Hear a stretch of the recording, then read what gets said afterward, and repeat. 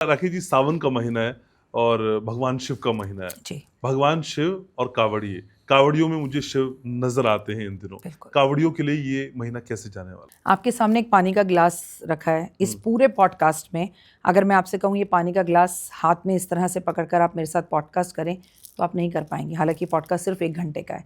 आप सोचिए हरिद्वार से दिल्ली आना या कानपुर जाना या कितनी दूर जाना, इतनी बड़ी कावड़ को उठाकर कंधे पे लेट कर दौड़ते हुए मतलब कैसे पॉसिबल है अगर वो लोग शिव ना हो तो। आपने कहा मुझे कावड़ियों में शिव नजर आते हैं, मैं आपसे कहूँगी वो शिव ही हैं। मुझे तो कोई भी कावड़िया कहीं दिखता है तो मैं उसको हाथ जोड़ के नमस्कार करती हूँ, महादेव आपको मेरा प्रणाम है। ये असंभव है, कोई तो शक्ति है जो उनके अंदर आती है। बिल्कुल। लेकिन एक बात भी सही है, मंगल और केतु की युक्ति है, सावन का महीना है, एक्सीडेंट बहुत हो रहे हैं, लोग क्रोधित बहुत हैं। तो कावड़ियों से जुड़ी हुई जो परेशानी हमें समझ में आने वाली है वो 3 चीजें मैंने नोटिस करी अपने जी। गहन अध्ययन से। पहला तो जो लोग ऐसे कहते हैं ना कि हम 5 साल से कावड़ लेने जा रहे हैं, 3 साल से लेने जा रहे हैं, 2 साल से लेने जा रहे हैं, ऐसा सबके लिए नहीं है। लेकिन कुछ लोगों में आप देखेंगे मंगल का साल परिवर्तन का साल होता है। कुछ लोग बीमारी की वजह से या घर में दुख या सुख की वजह से या इस बार मन नहीं है इसकी वजह से, या लोग ड्राई हो जाएंगे 13 तारीख को जब शनि अपनी चाल बदलेगा, है ना। तो मैं आपको बता दूं, ऐसे में शनि का बदलना ये बात साबित करता है कि इस बार बहुत सारे लोग कावड़ लेने नहीं जा पाएंगे जो लेने सालों से जा रहे थे। क्या बात चेंज, कर रही हैं? क्योंकि मैंने आपको बोला मंगल करता है बदलाव, चेंज। और इस बार बहुत सारे ऐसे लोग कावड़ लेने जाएंगे जो पहले कभी नहीं गए थे। तो ये चेंज हमें बहुत ज़्यादा दिखाई देगा। दूसरा, कावड़ियों के ऊपर उन्हें गुस्सा बहुत आएगा मंगल की वजह से, केतु की वजह से। अच्छा, चलना कहाँ है, सड़क पर, रोड एक्सीडेंट, हादसे हो रहे हैं मंगल और केतु की युक्ति की वजह से। और ये जो कावड़ की जब तक हमें जल अर्पण करना है, चढ़ाना है, जब तक ये युक्ति बनी हुई है, तो इस बार कावड़ियों की भी कोई बड़ी दुर्घटना हमारे सामने आ सकती है। जैसे बहुत सारे कावड़ियों के साथ दुर्घटना होना, भगवान ना करे कि कभी भी हो, माँ महादेव उनकी खुद रक्षा करें।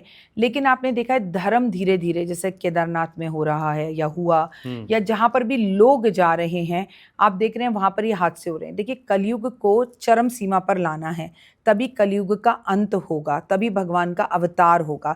तो ये निश्चित ही है कि भगवान हमसे धीरे धीरे दूर होंगे।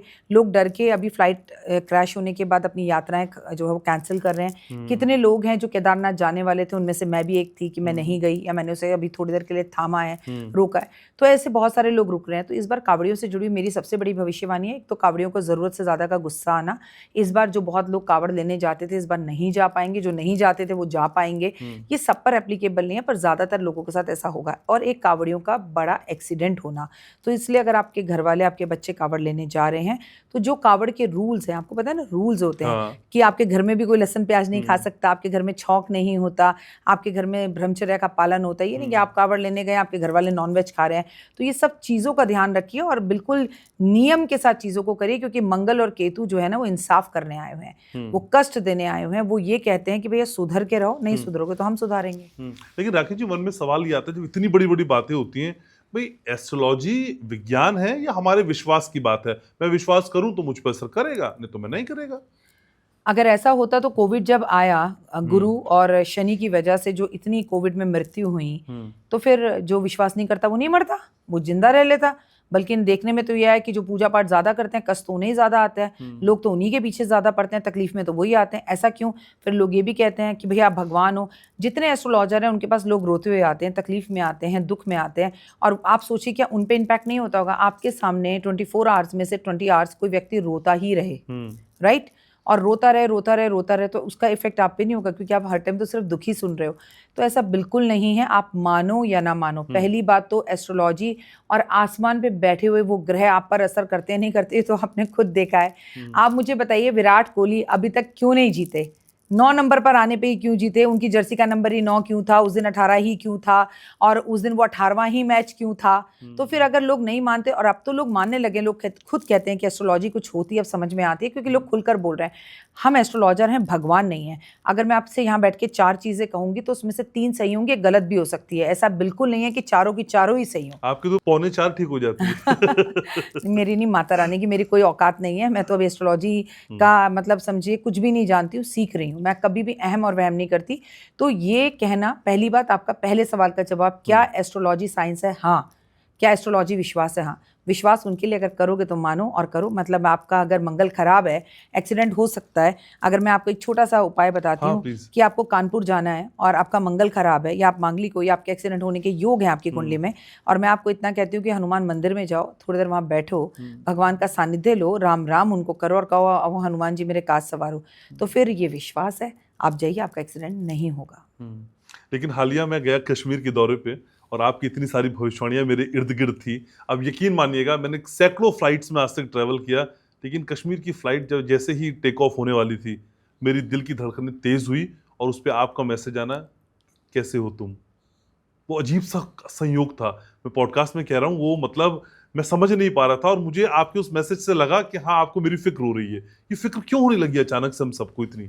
देखिए ऐसा है कि जब भी कोई एक जैसी घटना घटती है तो फिर वो घटनाएं 2-3 घट जाती हैं। इसका प्रेशर पायलट पर भी होता है, आप पर भी होता है, मुझ पर भी होता है। जैसे आपने देखा होगा, आपने एक मर्डर देखा एक लड़की का, तो आपने उसके बाद 2-3 मर्डर लगातार देख लिए, ठीक है। एक प्लेन दुर्घटना होती देखी, उसके बाद 2-3 दिन और आ गई खबरें सुनने में कि फ्लाइट में प्रॉब्लम हो गई। तो ये नेचुरली उसका दबाव पायलट पर भी होगा, आप पर भी होगा और यात्रियों पर भी होगा।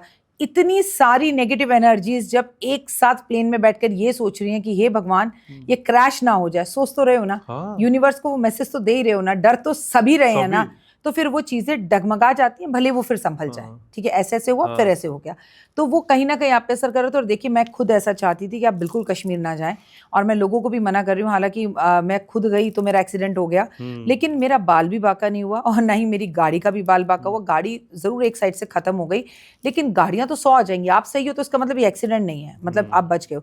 सो I was worried about you. मैं तुमसे कहना चाहती थी, आप भी कश्मीर जाने से पहले खाटू श्याम गए, सो आपने कहा मैं खाटू श्याम से दिल्ली आऊंगा फिर जाऊंगा, तो मैं आप इनडायरेक्टली आपसे कहना चाहती थी भाई मत जाओ, रुक जाओ, कुछ टाइम आराम कर लो। लेकिन फिर आप निकल ही गए, तो मैंने भगवान से प्रार्थना की कि आपकी सुखम यात्रा हो। और पॉडकास्ट के सिवा भी हमारे बीच में एक माँ बेटे का रिश्ता है, तो उस नाते से भी मैंने आपसे पूछा। आप हमेशा मुझे माँ कह के पुकारते हैं कि तुम ठीक हो, बच्चों को लेके जा रहे हो, सही से पहुंच गए, क्योंकि हाल ही में आपके जीवन में इतनी बड़ी खुशखबरी आई थी, तो उसकी नज़र भी लगती है। तो मुझे ये था कि इतना बच्चे ने हमारे, इतना बड़ा प्राउड मोमेंट आपके बेटे ने फील कराया, आपका बेटा इतने अच्छे नंबरों से पास हुआ है, आपने अपने बेटे के साथ खुद पॉडकास्ट किया। It means like Amitabh Bachchan और अभिषेक बच्चन बैठे हों। मैं ये कभी नहीं कहूँगी कि वो अभिषेक बने, क्योंकि वो अभिषेक से बहुत ज़्यादा आगे है। सो ऐसे में नज़र लगती है। सो वो एक चीजें भी आपके साथ थी, तो मैं चाहती थी आप सुरक्षित जाएं और सुरक्षित आए, इसलिए मैंने आपसे लेकिन पूछा। उस बच्चे के लिए एग्जाम देने से पहले ही आपने मुझे बता दिया था कि ये कुछ ऐसा झंडा गाड़ने वाला है, ये देखिए राखी माई कर सकती है। नहीं नहीं, आपके बेटे में देखिए, आपने मुझसे उसके बारे में सवाल पूछा, उसकी कुंडली दिखाई, मैंने आपको जो उसमें से देखा, उसकी फोटो में से देखा, और वो आपका बेटा है, वो झंडे गाड़ेगा ही गाड़ेगा। मैं देखती या कोई और बताता। आपकी पॉडकास्ट की और भी बहुत सारी दिल की बातें आज मुझे आपसे करनी है। आज मैं छुट्टी लेकर, मंगलवार वाले दिन मेरा ऑफिस बंद होता है, आपसे बातें करने आई हूँ, क्योंकि आपके जरिए मैं आपके दर्शकों को बहुत सारी बातें और मैसेजेस पहुंचाना चाहती हूँ। सो मैं कहूँगी, इसलिए अभी भी कहूँगी लोगों से कि जुलाई के महीने में अगर हम यात्रा को टाल सकते हैं तो टालें। और मैंने बहुत सारे पॉडकास्ट में देखा कि अक्टूबर में, नवंबर में, दिसंबर में आप मत करिए। अगर यात्रा को लेकर बात करें ना बेटा, तो ऐसे हम 2030 तक यात्रा ही नहीं कर सकते। लेकिन ऐसे डर कर जिंदगी नहीं रहेगी, क्योंकि यात्रा नहीं करें तो मुझे बताइए आप, घनश्याम मेरा बच्चा, उनका क्या कसूर था जो मेस में बैठ के खाना खा रहे थे, हॉस्टल में थे, प्लेन उनके घर घुस गया। अब तुम और मैं यहाँ बैठे, यहाँ कोई प्लेन घुस जाए, तो जब मौत आनी है ना, तो आप बाहर मत जाओ, वो घर तक चल के आएगी। लेकिन हाँ, फर्क है, आपको माता पिता से मिलने जाना है, जाइए। आपको किसी जरूरी ऑफिस ट्रिप से जाना है, जाइए। आप बेमतलब घूमने जा रहे हैं तो रुक जाइए।